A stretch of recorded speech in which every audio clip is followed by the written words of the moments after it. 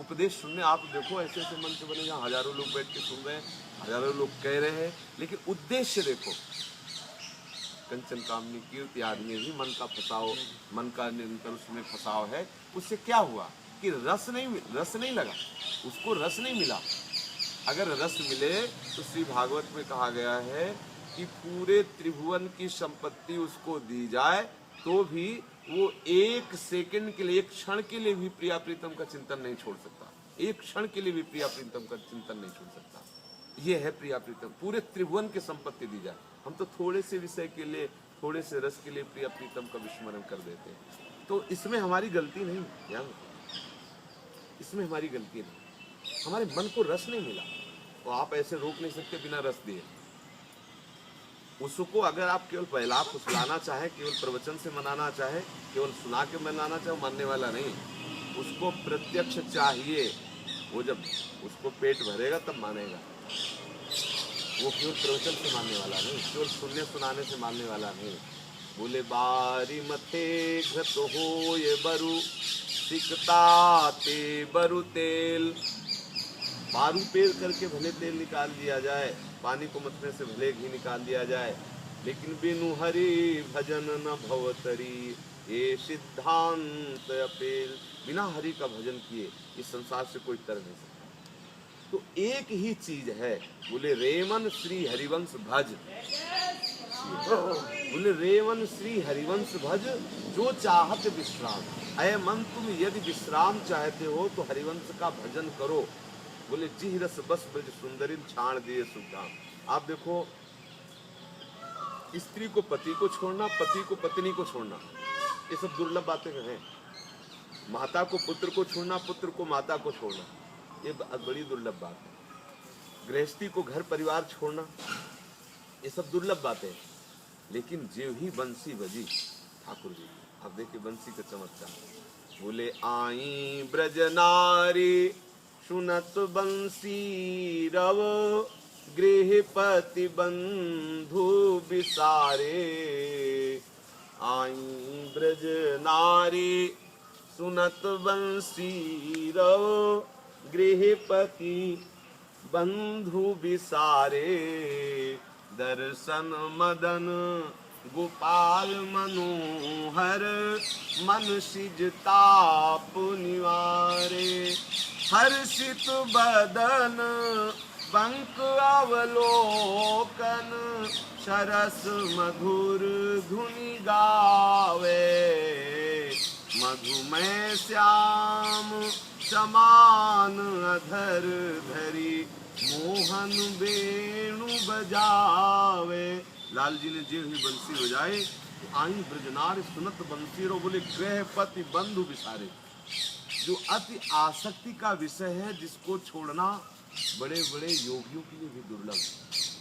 अंदर से आसक्ति बनी रहती है। मैं ब्राह्मण हूँ, मैं अमुक जगह का हूँ, मैं अमुक हूँ, ये स्मृति बनी रहती है। भले न जाए लेकिन स्मृति पूरी बनी रहती है। और यहाँ क्या हुआ, आई ब्रजनार सुनत बंसीरो गृहपति बंधु बिसारे। विस्मृति हो गई शरीर की, शरीर के संबंधियों की, घर की, सबकी विस्मृति हो गई। बोले क्या दिखाई दे रहा है, क्या स्मृति में क्या है? बोले केवल एक ही वस्तु, मदन गोपाल।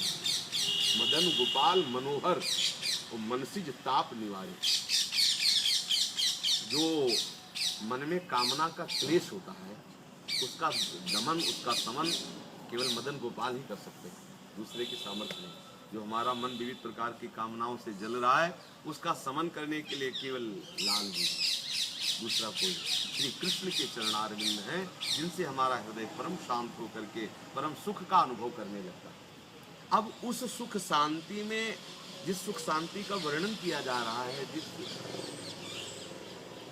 जिस सुख शांति के लिए हम चाह रहे हैं, हमारी आपकी सामर्थ्य नहीं, हमारी आपकी सामर्थ्य। कोई ये कहे कि हम साधना के द्वारा अपने चित्त को निर्विषय कर लेंगे, मेरे समझ की बात खत्म हो गई, मेरे विषय, मैं अपनी बात कहता हूँ।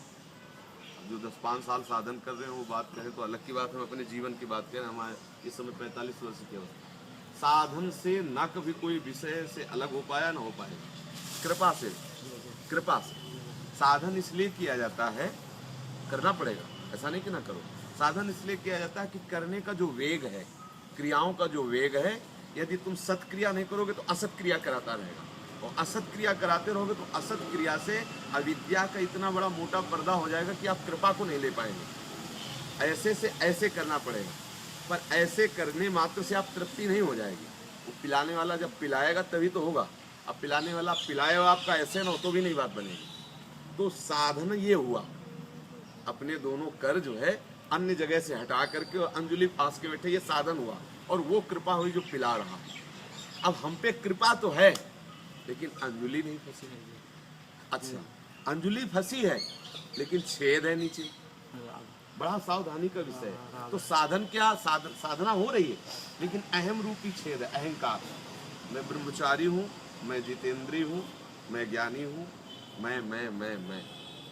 इससे क्या हुआ, इतने छेद हो गए कि जो कृपा आई वो सब बह गई और चित्त रूखा का रूखा रह गया। बोले महाराज मैं 10 वर्ष से सत्संग कर रहा हूँ, कोई आनंद नहीं आ रहा। आपकी अंजलि में कमी है। यदि आपकी अंजलि बिल्कुल ठीक बंदी हो तो साधन से तृप्ति नहीं होती। आपको बिल्कुल सत्य समझ लो। कल शाम के एक आए थे, उन्होंने कहा कि स्वभाव बदल सकता है। उन्होंने फिर प्रश्न किया था, स्वभाव बदल सकता है। उन संत ने कहा कि आपके अंदर स्वभाव बदलने की चाह हो। बोले जब बाल रत्नाकर डाकू का स्वभाव बदल सकता है तो आपका भी बदल सकता है। चुपचाप हाँ हाँ बड़ी बड़ी कृपा, ऐसा सुनते रहे। जब चलने को हुआ तो हमने अपनी बात डाल दी। ये मत समझना हम खंडन कर रहे हैं किसी संत की बात, लेकिन तुम्हारी चाह से स्वभाव बदल जाए ऐसा नहीं। स्वभाव सदैव कृपा से बदलता है, और वो कृपा जो भगवत कृपा है उसका रसास्वादन कोई डायरेक्ट नहीं कर सकता। चंदन को कृपा समझो और समीर को उस कृपा का रसास्वादन कराने वाला समझो। चंदन तो कृपा है, चंदन का पेड़ कृपा है, और जो वायु उसको स्पर्श करके आ रही उस कृपा का रसास्वादन कराने वाली है।